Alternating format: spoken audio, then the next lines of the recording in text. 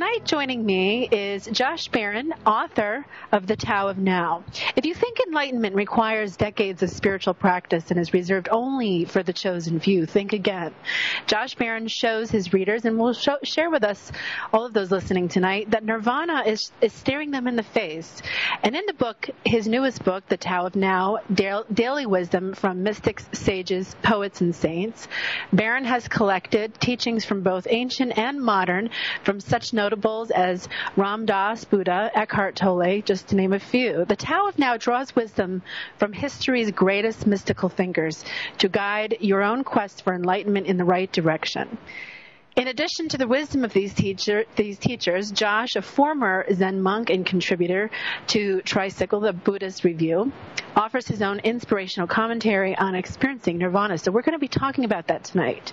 And I'd like to start with a quote from his book, "Trust it once and for all. I always tell you that what is inherent in you is presently active and presently functioning, and need not be sought after, need not be put in order, need not be practiced or proven. All that is required is to trust it once and for all. This saves a lot of energy. Why don't you understand the essence that has always been there? There is not much to Buddhism. It only requires you to see the way clearly. It does not tell you to extinguish random thoughts and suppress body and mind, shutting your eyes and saying, 'This is it.' The matter is not like that. You must observe the present state. What is its logic? What is its guiding pattern? Why are you confused? This is the most direct approach. Striving is an expression of this confusion. Inquire deeply and see." Interesting food for thought. So without further ado, Josh, welcome to the show. Do we have him on the line yet? We must not have him on the line yet. Okay, so, I was just pre-recording a show the other day with Robert Friedman, president of Hampton Roads, who was supposed to be on last week, and due to my crazy flight delays, wasn't able to join us. So we were talking about The Power of Now and his new book that he co-authored with Eckhart Tolle. And it's a children's story. And, he took the concept that Eckhart describes so beautifully in his book, A New Earth, and they made it into a child's book, a powerful story about how to stay away from, going into fear. And so I'm hoping tonight Josh will share with us his wonderful thoughts on his new book, The Tao of Now, because it's very complimentary to the show that I just did yesterday, which you guys will hear live on the air next month, June 18th. So I'd like to read another quote while we're waiting to get him on the line, called "The Highest State. When I received the news of cancer, I understood, oh yes, what is required of me now is that I be fully present to each new experience as it comes, and that I engage with it as completely as I can. I don't mean that I said this to myself. Nothing so conscious as that. I mean that my whole being turned and looked and moved towards the experience. How to experience the highest state? There is no question of experiencing. You are that state only. And I think that speaks to the power of the now, is that, it's not about going out and striving to become something. It's not about thinking, of all of our past failures and the things that we've done. It's really about staying present, and in that moment is such power, and you're so able to pull yourself in to a state of absolute bliss, really, because the more present you are with people or experiences, the more you really bring all of who you are and your essence into that moment. So, do we have Josh on the line yet? Okay, well, we're going to take a station break, and we'll be right back with Josh Baran, author of The Tao of Now.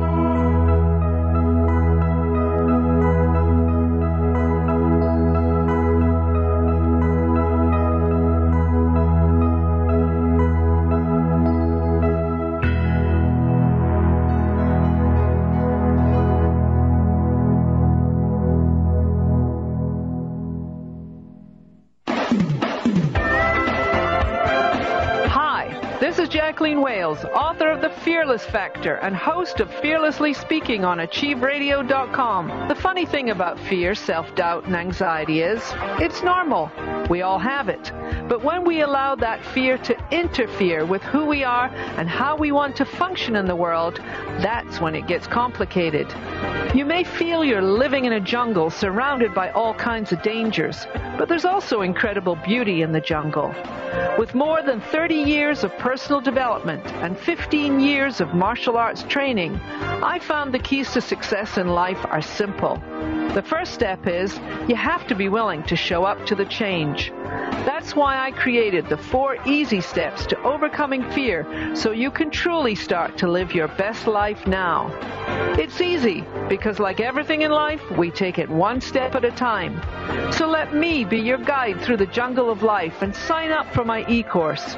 It's absolutely free because I want you to start believing in you the way I learned to believe in me. So sign up today at www.thefearlessfactor.com, and I look forward to meeting you on the trail. And don't forget, listen to Fearlessly Speaking on Achieve Radio Sundays at 5 p.m. Eastern, 2 p.m. Pacific, and find out how you can be fearless in your life.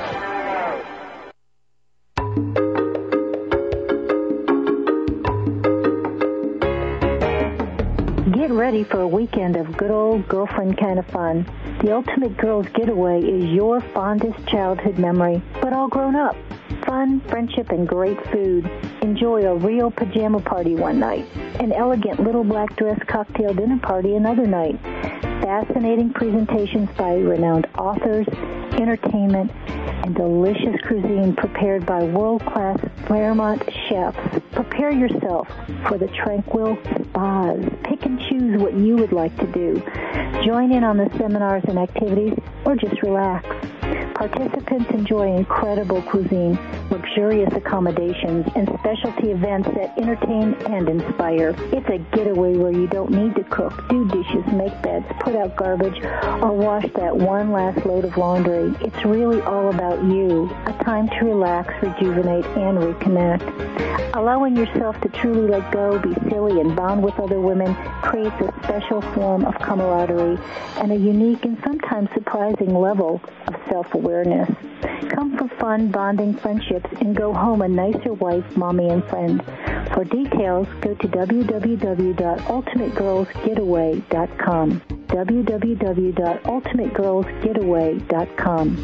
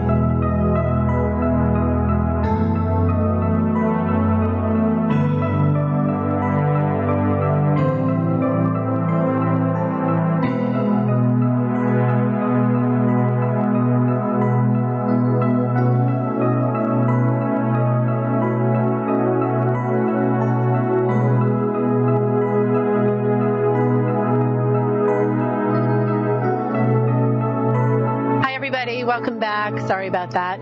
Some technical difficulties. That's what happens in live radio. My guest tonight is Josh Baran, author of The Tao of Now. Welcome, Josh. Thank you. Glad to be here with you. Sorry about that. We have, it's what happens when, we work in live radio. So, I read a couple quotes from your book, and I was explaining to the listeners that, a little bit about your work. But why don't you go ahead and fill everybody in on who you are and what your background is and how this book came into being? Sure. Well, I've got kind of a weird, unusual background. I was a Zen Buddhist monk for like 7 or 8 years back in the 70s. I then became a political activist and ended up being a public relations person, doing PR for good causes and nonprofit organizations. And then I ended up doing a lot of work in Hollywood for crisis movies and controversial films and documentaries. And then I moved on and I ended up working for Bill Gates and Microsoft. I spent a lot of time actually helping. For about 20 years, I volunteered to help the Dalai Lama when he comes to America, to help him with communications and PR and media relations, that kind of thing. And I'm a PR executive in New York. And the book really came out of my own kind of spiritual seeking practice insights, and I started gathering these quotes about living in the present moment over many years. It's just for my own kind of, joy or interest.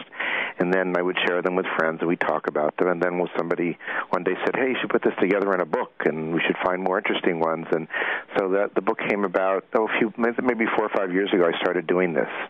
And I really enjoyed doing it, and it was a labor of love. It's not about making any money for a book like this. It's more about sharing all these insights with people.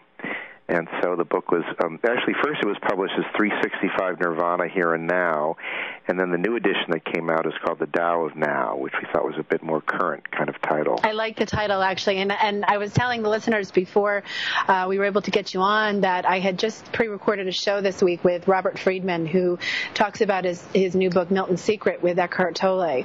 And so we had a really great conversation about the power of now, and, listeners will be able to hear that show on June 18th. But it's really gotten me, kind of on that subject this week. So I'm really excited to have you here because it's been popular. Robert Friedman, what's his book? What's his book called? Milton's Secret. It's a children's book. Oh, okay, great. It's co-authored with Eckhart Tolle. Oh, wow. It's been out since November. Yeah, it's been out since November. But, I think once we start paying attention to being present and being in the now, we start to realize how often we are perhaps not in the present moment. And it gets a little...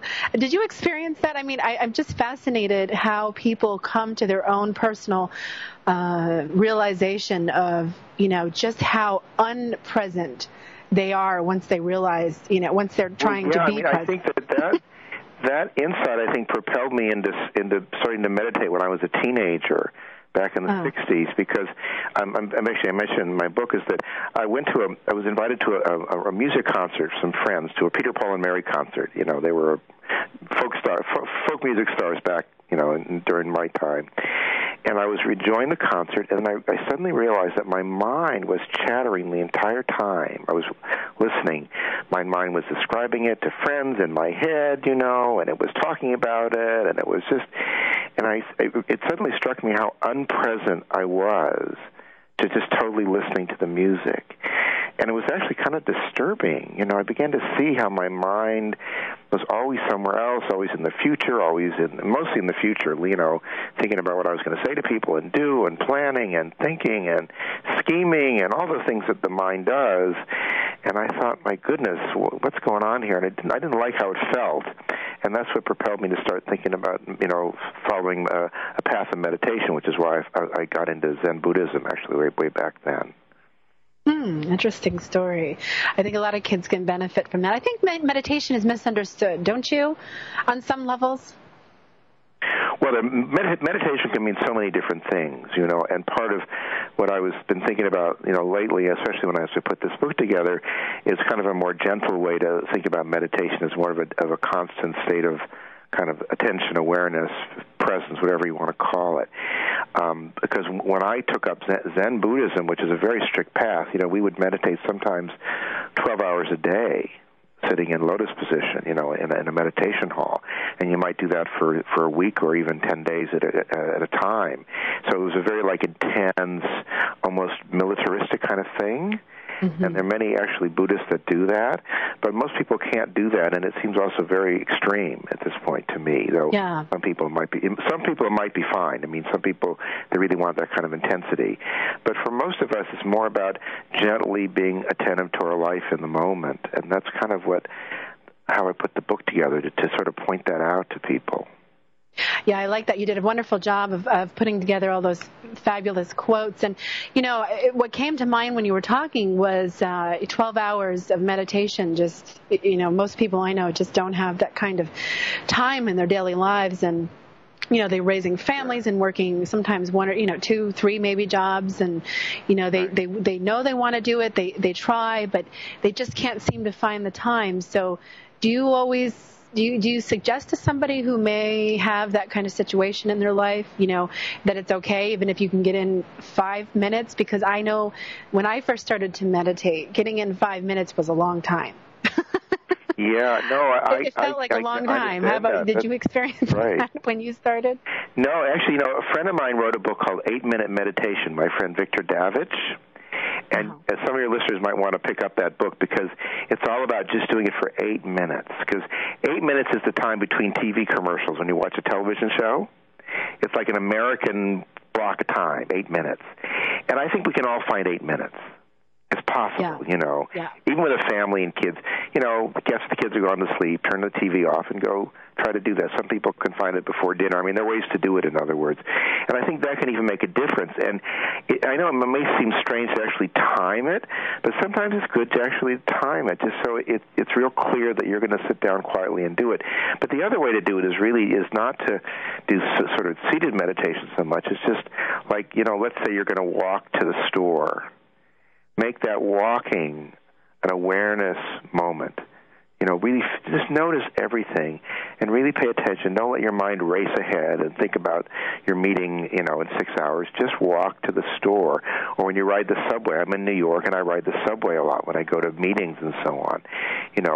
I try to make that an awareness practice. In fact, there's a little story in my book about a woman who goes on the subway, and she begins to pay attention, and suddenly the subway becomes like heaven on earth.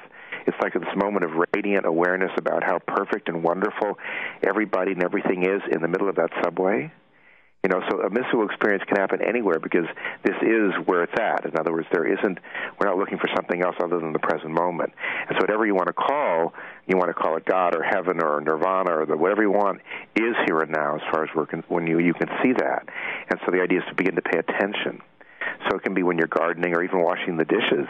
Make that a moment of awareness. Yeah, I agree. My sister, she'll probably be very upset that I'm sharing this on the air, but she was practicing meditation, and you talk about watching the clock or setting a timer, and she said she kept opening her eyes to see how much time had passed, and so that became the focus, I think the ego has this wonderful way of tricking us. And I have found that in my own practice and in my own work that I do is that the ego tends to come in and find things, to distract us with meditation. And I tell people that it gets easier and easier. And, what's your advice to the beginners, to people? Some people suggest visualizing like an object to keep their mind distracted, or a mantra or something. This is like bare bones beginner, never had any kind of experience. I mean, you're digging into some deep stuff, I think, sometimes, don't you? Right. Uh-huh. Well, I think everybody is there are many different things you can do, sort of ways, let's say, we can call these supports or ways to help you. And certainly some people do like following the breathing, like they count their out-breath up to 10. And then when you lose track, which you often do, it's amazing. You think it'd be easy to count your out-breath to 10, but often after 4 or 5, your mind wanders and you lose track, which is hysterical when you think about it. But it happens all the time. And so that's okay, and you bring it back to 1. And you start over again. And so for 8 or 10 or 15 minutes, that's what you do, up to 10, and start over. And that's an exercise. The other thing is some people use a mantra or something, which I'm not actually a big fan of a mantra, because I think it can make you more sort of sleepy and more hypnotic. But other people just use listening to sound as a way to do it. You just really pay attention to the sound that you hear. So the sound is not a distraction. It's like I live on Park Avenue south in New York City, and I hear cars and honking all the time and fire trucks, and it's never silent, not for a minute. But that doesn't have to disturb me. I can sit here and I can hear that sound completely, and if I hear a car honking, I just hear it and pay attention. And those things are the ways to help you meditate. So there are a lot of things you can do. As I mentioned, my friend Victor's book, 8-Minute Meditation, he has about dozens of exercises to help people do this so they can practice. But I think it's worth doing. I think everybody it's worth doing, because whatever religion or belief you have or no belief, it doesn't make any difference. It's about being aware of your life as it is right now and bring yourself back to that. I think it's a valuable practice. Yeah, I agree, definitely. So when you were putting this book together, how did you come about picking the different people that, you quoted in there? Were they personal favorites of yours or people you had followed or studied with at some point? Well, actually, some of it, I started with the Buddhist stuff because I was most familiar with, and a lot of the Indian sages and teachers because I had studied a lot of those. But I had, over the years, come across wonderful sayings from Christian mystics and teachers and Jewish rabbis, and then it was scientists and photographers and poets and screenwriters. I have a quote in the book from some television shows and well-known movies, and I would bump into things, and then friends would send me pieces, and the whole idea was that the pieces should be not too, nothing doctrinal, nothing heavy, but just like little nuggets that you could pick up anywhere and just open it and read it and then sort of be with it for a moment as a reminder. And I would say that the last 6 months when I put the book together, I really had a lot of fun looking for new things. It was sort of a hunt for sort of new fun things you'd bump into. Like, I have a quote from Balanchine, the famous dancer, and then I found a quote from a great photographer or from an American play, things like that, where there was the same kind of insight, which was, the present moment is what there is. This is our life. Mm-hmm. And I wanted to find different voices too. I didn't want it to all sound the same, and I didn't want to be too preachy. I wanted to have a little bit of fun with it too.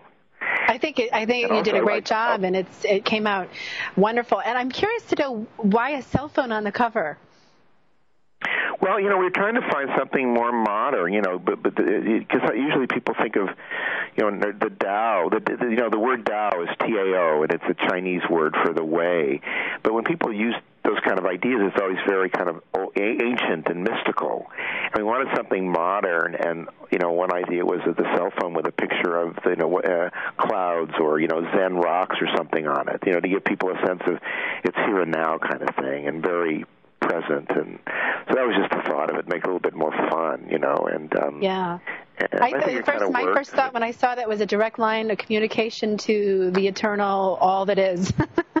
Right, exactly. It's right there. It's on your cell phone.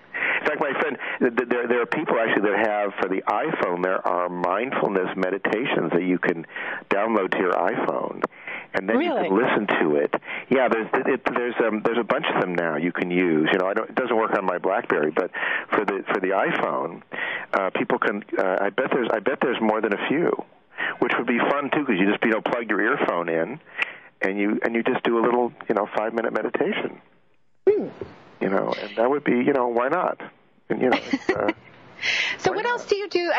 Do you teach? Do you do events? Do you speak about, tell me a little bit more about what it is that you do. Well, mostly, I have a little bit, but I mostly do, my day job is doing public relations for mostly nonprofits, good causes, and sometimes green technology. I worked on the Al Gore film, An Inconvenient Truth. I did the special PR and marketing for that and worked with Al Gore. And I worked on a film called Who Killed the Electric Car. And I'm working on a film now about overfishing called The End of the Line, about the crisis in the oceans. And I'm working with a wonderful biofuels technology company that has a microbe that helps break down cellulosic material to make ethanol. And I was with them today in Washington, D.C. at the Congress presenting their new technology to members of Congress, for example. And and I worked with groups like Amnesty International or the Pediatric AIDS Foundation, but I'm trying to bring my passion and interest in making the world a better place into communications and public relations, that kind of thing. And I've always had a pretty good time doing it, and ended up working with some wonderful people. And so that's sort of my day work. But I have led sort of meditation groups and that sort of thing. But there are a lot of great people that do that too. So if somebody wanted to work with you, do you do that? Do you work with people one-on-one or just through your writing? Well, I would say that I don't. Yeah, if people want to come together, I'm always happy to do it. I'm not really a counselor like that. But so that's not quite what I do. It's like I'm a good cook, but I'm not a cook in a restaurant kind of thing, I guess. Yeah. I'd say something like that, but I'm happy to do it if somebody is interested, and I have certainly around this book. At one point, I did do sort of presentations where I talked about what was in the book and shared it and so on. And what was your favorite part about the book, doing the project? The favorite part? Mm-hmm. I think it was just finding these great nuggets and then sharing them with people, and because I love it was kind of the book to me was like an offering, it's like all these things together. Now in this day and age, at this point, actually 5, 6, 7 years later, you wouldn't do a book of this, you do a website and a Facebook page and all that, and in fact, I have a Facebook page where I put out a quote from the book every day. I put one up to share with people who don't have a copy of the book. And don't you think, I have to interrupt you for a second, Josh, don't you think that Facebook is a phenomena that just kind of is very symbolic of consciousness itself, how it just ripples out towards, eternity? You can find people on there that go back to, grade school, and, it's just amazing. Uh-huh. I have a Facebook page, and I have tons of people on there, and it's just amazing how you can find people.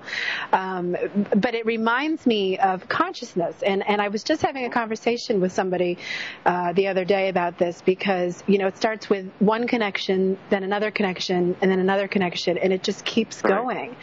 And it was, we were comparing it to enlightenment, actually, and how we are all truly connected. And so it takes one simple, acknowledgement of that to, anyway. So we had this. No, I love it. We should become Facebook friends. I'd love we to. Should. We should. I think that'd be great. I love it. And I have found all kinds of old friends and connections I had lost track of. Hundreds of people I've refound on Facebook. And, at first I said, oh, no, another thing I have to deal with in Twitter is going to drive me crazy. And then I kind of began to realize how wonderful it was, or valuable. And I started every day sort of digging and finding new people, through other friends. Yeah. And it's fun because when I put up something like either a great recipe I love, or a quote from the book, or a video, music, all different kinds of people find it and comment on it, but I have no idea they liked it or were connected in that way. Mm-hmm. And so I really do love it. I think it's a great thing, and I'm sure it can eat up too much time, but, so far it hasn't. And, well, you hit it right on the head when you say, you put something out there, and, if you consciously choose what it is that you're intentionally putting out there, because you really are putting it out there to, God knows how many people, because it just keeps going even past your list, depending on who shares what and where it goes and all that. Yeah, right. I have found that, when you put a beautiful quote up and just post it as your status update, then all of a sudden, how many people it's touched down the road is quite extraordinary. And the opposite of that is if you put something negative up, then it touches just that many people up. And it's I think that's really like our thoughts. Because, our energy changes, our experience of what we have around us changes according to, the thought that we have. And we were talking about meditation, and I think it's all connected. And so when we choose a thought, whether it's positive or negative, it just ripples outward. So I think Facebook is a wonderful manifestation of this phenomena. And I'm so glad you brought Facebook up, because I talked to my husband about this, and he thinks I'm nuts. Well, I'm really into it now. Let me tell you. I tell everybody about Facebook. I invite everybody to meet. And it's funny, you go to parties now, and you hear people say, oh, I'll see you on Facebook tomorrow, or let's connect on Facebook. It's become this phenomenon now, And for people my age, it didn't happen until a few months ago. It was really a younger people's thing for a long time. And teenagers were into it, and like MySpace and everything. But I think there's been a shift now, and now it's opened up to a lot of different people all over the world. Yeah. And I have people who connect with me from like Tibet and Nepal and Malawi and all these other places now, because they do a search or something and they bump into me. Isn't it great? It's great. I wanted to hear a little more about how you became a monk. I think that story is quite fascinating. So what prompted you at that point in your life to seek that? Well, as I said, I was like a seeker. This is like, I was born in 1950, so in the mid-'60s, I was a high school student. And I was very drawn to spiritual stuff. I would read books about Buddhism and Zen and Hinduism and mystics and all that stuff. And when I was like 15, the Beatles got into transcendental meditation. And they went off to India and brought the Maharishi back from me to the United States. And then you could get a TM, a mantra, for $35. It was cheap then. I think now it's thousands of dollars or something. But anyway, so I got that was the only way to learn how to meditate, because there were nobody else was doing it at that point. And so I got online and got my mantra and started to meditate. And then in the late 60s, a lot of teachers from Asia came to America. They started coming. And these were yogis, yoga teachers and Zen teachers and Sufi teachers and all kinds of people started coming. And I started getting more serious, and I started meeting some of the teachers. And I guess I got very intense about it and decided that if I was going to be serious about meditation and the spiritual path, I really should get involved with the community and really do it, And so the group I got involved with was very much into kind of a monastic, retreated kind of thing. And there are different groups that did this, but the one I was attracted to initially was one that, they had a retreat center up at Mount Shasta, California, which was, 6 hours north of San Francisco, and you kind of were reclusive, and you meditated a lot, and you grew your own food, and so I really sort of got into that for, I figure that 6-7 years is like a chapter of one's life, and so that was a chapter, and I thought it was very valuable to a point, but also it had its limitations, and so at a certain point I decided this was useful, but it was time to go back to sort of regular life, whatever that is, And how was that for you to go back into, quote, the regular life? It was also pretty intense, because I think that the monastic situation was kind of too reclusive and too limiting. And so to return to more kind of ordinary life was a bit of a, like being thrown into the cold water at the end of a pool or something. You had to sort of relearn how to be more of an ordinary person again. And many people have found this to be true, actually, when you live in these sort of intentional communities. And actually, a lot of people went through the similar process that I went through. Is that during that period, a lot of people got involved with different kinds of spiritual organizations and groups and communes and monasteries and ashrams, and then a lot of people also left. And so there's actually lots of stories and books about that experience that people went through. It's not so common now, but it was back then.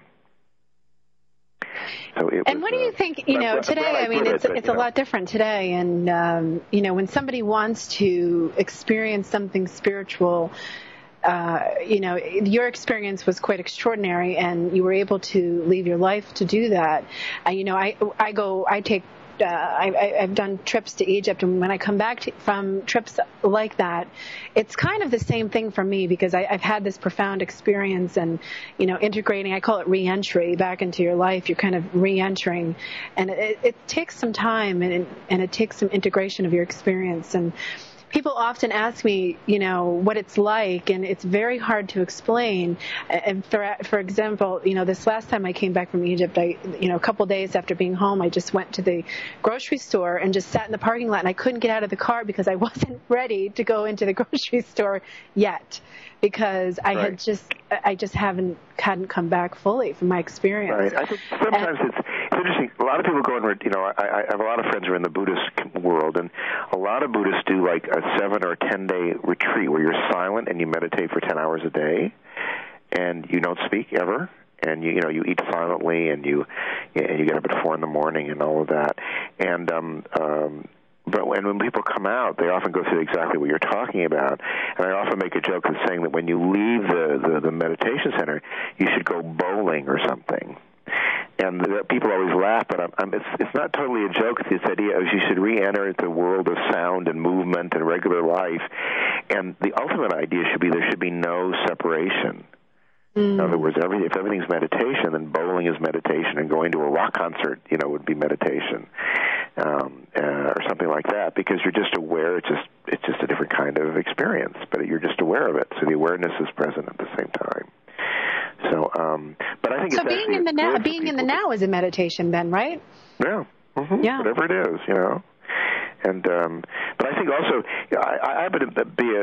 I'm a fan of people going on like special kinds of spiritual retreats and vacations, in a sense, where you get rid of your phone and all your computers and you leave your regular life and the habits of that, and you try something very quiet and more, whatever it is. You can do your own retreat where you walk in the forest and cook your own food and be quiet, or just something like that. I think it'd be good to break the pattern. I think also teenagers should do it, because they get very attached to, like, being on their phone, sending instant messages all the time, and that whole thing becomes a real addiction. Yeah. You want to break that if you can. The Native Americans used to have children who became of age, like around 13, when they hit puberty. They would go on their vision quest, and that's something that they would do as a rite of passage. And we've really lost touch, if we even ever had anything like that for kids today in our culture. And how would you tell a child about meditation? Well, I think there are actually some books about this, about teaching kids and young teenagers about meditation. And I've seen this in some of the Western Buddhist communities where you see kids like 12 to 15 who like to meditate, who gravitate toward it. But one way to talk about it is just enhanced awareness of what you're doing. I mean, there's like a tradition of surfing is an example. If you want to be a good surfer, your mind can't be wandering, right? If you want to be a good rock climber, you can't have your mind wander. So focused attention to the activity is a great thing. And then people can feel a real liberation when they do that. Because really, and also you can learn this in if you wanted to take up like judo or karate, right? Or fencing or gymnastics. All those people are doing a kind of meditation, aren't they? Yeah. And it does change their life when they do it, because you've got to be disciplined and focused, and there's a joy in it, And it's a kind of meditation. It's not pure awareness, but it's a kind of awareness that I think is a very useful thing. And people get they really enjoy it. Also, even playing an instrument is like that, isn't it? If you want to play the piano or the violin or the drums, And it's, I have some quotes in the book, too, about, there are a lot of people into sports who are now into meditation. A lot of the coaches for basketball and football and so on, some of them are big meditators. And what they try to instill in their athletes is really pay attention. And this is kind of a Zen approach. Really pay attention to what's happening. And when they do that, they get to be a better team. Absolutely. Absolutely. And I would imagine that they would eventually be able to clear their minds so much to the point of being able to focus so well that they would become extraordinary athletes. That's really encouraging to hear that. I'm glad to hear that. Like there's a famous football coach right now, I forget his name, who's a big meditator. And the guy, the great basketball coach for the Lakers, was a major meditator.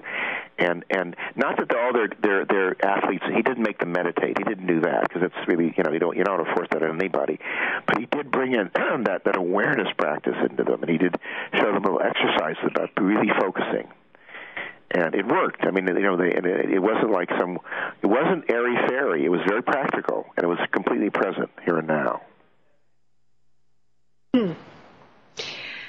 My sons play sports, and I hope they're listening. They usually listen into my shows, and I hope they're paying attention, because I think we're going to talk about this tonight after the show, because I get it. I get it. And I think there's a gap between people who are usually sports-oriented and people who are, I don't want to say this, I shouldn't say this, but the meditation wouldn't seem, let me rephrase this, wouldn't seem so welcomed perhaps to people who are more competitive. But I think it makes a lot of sense. It sure does, and people are doing it. Well, Steve, the head of Apple, Steve, right, the founder of Apple Computers, Steve Jobs, is a big meditator.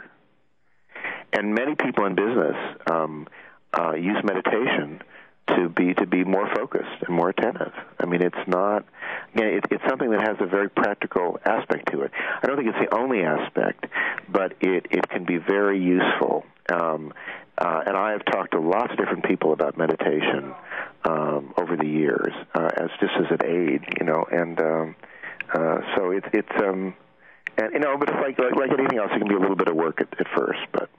Mm-hmm. But the whole point of the book is to take the work out of it, just to show people how the present moment is where it's at, and just to bring yourself back to that.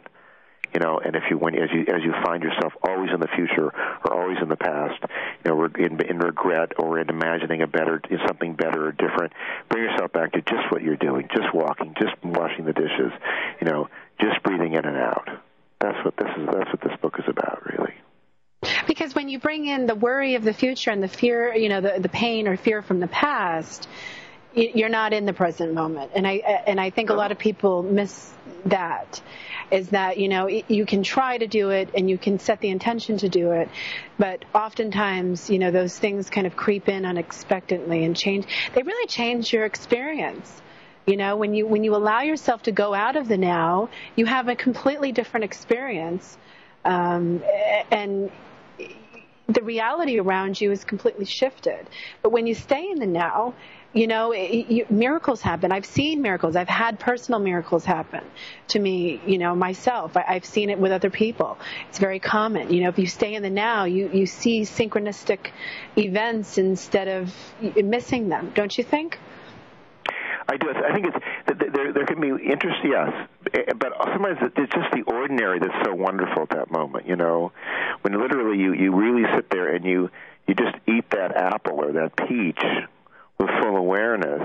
The miracle is just how wonderful that apple is, and you never really noticed how wonderful it is just to be sitting there, and that's the great miracle of it, is that you find it, and then that can open up, And there are a lot of stories in the book of, I mentioned the woman who got on the subway and saw it sort of like it was heaven on earth. There's a story of the book of a woman who's making sandwiches for her kids in the kitchen, and all of a sudden it becomes like she's in heaven. That everything about that is so beautiful and intense and perfect. It's like she's totally home in making the peanut butter sandwich. And that's a great story. And there are accounts in the book of people who found it when they were there's a couple accounts of people who were in prison during the war, World War II, and they found it in prison. They found the peace of just inhabiting their life completely as it is, not trying to make it better than it is. So that to me can be wonderful, and everybody can practice that. And a lot of people, by the way, do when they drive their car. You see, the meditation of driving your car is not zoning out. It's about totally driving, totally being aware of the steering wheel and the road and your butt on the seat and everything about driving. And if you do it, you're not only a really great driver, but I've known people who've gone into bliss driving down the freeway, literally. Mm-hmm. They have to pull over at that point because you've just gone into like an altered state. But it's happened to many people I know, actually. But the practice is panoramic awareness of driving the car, and it's a great practice. Mm. It's a great practice. It's a very modern practice, to put it mildly. Most meditation CDs I know have a disclaimer: "Do not do while driving." But I think you're onto something, and I'm curious if what's that? Because when those kind of meditations, you're zoning out, you're saying a mantra, you're closing your eyes. I'm talking about the meditation of totally being present, which is different, which is when your eyes are totally open. In fact, you try to open your eyes wider. There's a way where you meditate where, your eyes are normally open, so make them as wide as you can, and then you expand your peripheral vision so you're seeing almost beyond the sides of your head, if you want. And it's a really different kind of sense of being present. And then you're a really good driver. You're not on automatic pilot. You're not zoning out. You're not mad. You're not angry at the other drivers. You're having a great time because you're in bliss. Well, I'm curious if that practice changes your dreaming. Do you dream? Do you experience lucid dreaming by any chance? Well, I do dream. Sometimes I have no dreams at all, so it's very deep sleep, and that's a nice thing. And sometimes I have very intense dreams. Yeah, I wouldn't say I practice lucid dreaming. I don't know enough about that. that. You may know a lot more about that. I do. Well, I teach it actually, and it's curious because when you were talking about, being more present and looking around and feeling the steering wheel, and that's one of the techniques that I teach my students to do, because the more aware they are of their surroundings and the more present they are with noticing what's around them, the easier it is for them to become lucid dreamers. If they wake up in their dream and they become lucid, then they experience that same kind of feel of looking around and, checking out their surroundings. And it's a step to becoming an avid lucid dreamer. So I think, and meditation is really important. And I always encourage them to pick up some kind of regular meditation practice to stop the mind from, incessantly moving with all those thoughts. Now, in our world today, we're experiencing a tremendous amount of fear and, current events. I mean, I don't have to really tell you what's going on in the world. I'm sure you're aware of it. But I mean, how do you talk to somebody who's experiencing, anxiety or fear and stress and family stuff and all of the things that, the average American person experiences? How would you advise them to let go of all of that? It's a big ball of stuff to really let go of. I don't ever advise letting go. I'm not sure that's, advice works. It never worked for me.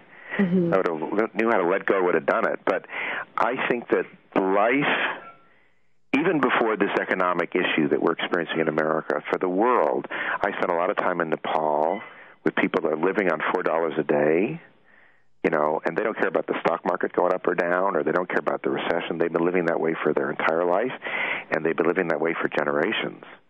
And for them, it's part of life. Life does have those, sometimes you have what you want and sometimes you don't. And sometimes you're healthy and sometimes you're not.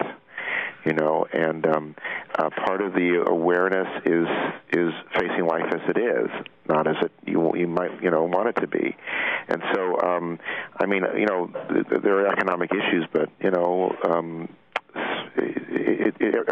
life for everyone is a challenge, I think, in many ways. It's the nature of being born and living and aging and dying. And I think part of it is again, the option to be aware and to find the joy in the moment and to find the reality that exists behind the change. So what in the end isn't changing? What in the end doesn't go up or down? And that's what you can find when you sit quietly and when you pay attention. Mm-hmm. So do you think it comes down to free will? To choose to be one way or the other? Part of it, yeah. I know the word free will, I don't always know it, but I think it is about choices sometimes, sure. Choices to pay attention or not. Where you put your focus. It happened to me yesterday. Something happened where I was uninvited to a dinner party. And the truth is I didn't want to go to that party anyway. I got annoyed about I was uninvited, that wasn't nice, the guy's not nice, whatever, And my mind started doing that dance of being kind of annoyed and angry and blah, blah, blah, right? And at that moment I sort of said, I don't want to be that guy. It doesn't feel good to me. I sort of celebrated the moment that I was spared from going to this party, and I got to spend time with a good friend of mine and all his people who work with him in his office, and it was wonderful. And that was a choice. And it was a choice to be in the moment and not to spin off into kind of negative, childlike, the temper tantrum. Mm-hmm. So I made that choice. I'm glad I did. Yeah. And I can still come back, by the way. I can still remember that and start doing it again. I tell my kids, and I'm sure they're listening now, and when they get to, they have a choice of how they're going to react to things. If something makes them upset or angry, they need to just sit back and think for a second just to make a choice of how they're going to let their anger change their experience. And, I like to think that works for them. But, it's true for adults, too. I think, when we come across something that we're experiencing, to be able to sit back and say, well, I have a choice right here, how I'm going to feel about this or think about this or whatever, react to it, or, and what kind of person do I want to be, and does it make me feel good? That's exactly what I did yesterday in the park. So do I want to be that person, and how do I feel it? And feeling that self-righteous anger felt bad, pure and simple. And it just doesn't feel good. And I made that choice. I work a lot with a woman named Byron Katie. I don't know if you know her work. Mm-hmm. Do you know her? I don't know her personally, but I'm familiar with her work. Yes. Yeah, you might want to have her on your show sometime. But her work is where you actually question your stressless thoughts. So when you have a thought like, I should have been invited to the dinner party, and that guy was really mean to me, you can question them and say, is it really true? And when I think that thought, how do I feel? It's like a process. And I find that's actually very useful and immediately on the spot to find a way to understand what your mind is doing. And that's a technique. It's kind of like a meditation. So is it like a conversation with yourself, basically? Yes, it can be. You can with another person, too. Yeah, you can. But it's a very valuable tool that you can just question your thought. Like, he should be nicer to me. You'll say if you have that thought, that guy should be nicer to me. Well, is it true? That person should be nice to me or should pay attention to me. Is it true? And you really know that that's true. And when you think that thought, how do you treat him? Because in that moment, in your thoughts about him, you're not being very nice at all. Right. You kind of turn it around back to see how your mind is working. It reflects on your own mind.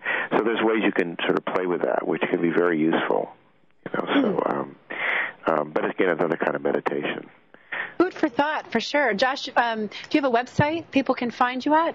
Well, I think it's called Tao of Now book. Now, the Tao of Now is with a T, so it's T-A-O. The Tao of Now is the name of the book. You can get on Amazon. It's taoofnowbook.com. And if you want to join me on Facebook, just type in my name, Josh Baran, B-A-R-A-N. I'm sure you can find me, and we can all connect together and help each other and spread the word and make it a better world, huh? Ultimately, right? That's what we're trying to do. That's the goal. Well, I really just want to take a moment to say thank you so much for joining me, and it's been a pleasure chatting with you, and I know I've certainly gotten a lot out of the conversation, and I hope the listeners have too, I'm sure. And I look forward to perhaps maybe talking to you at some other point in the future. Good luck with everything, and thank you very much for being here. Sure, thanks for having me. Good night.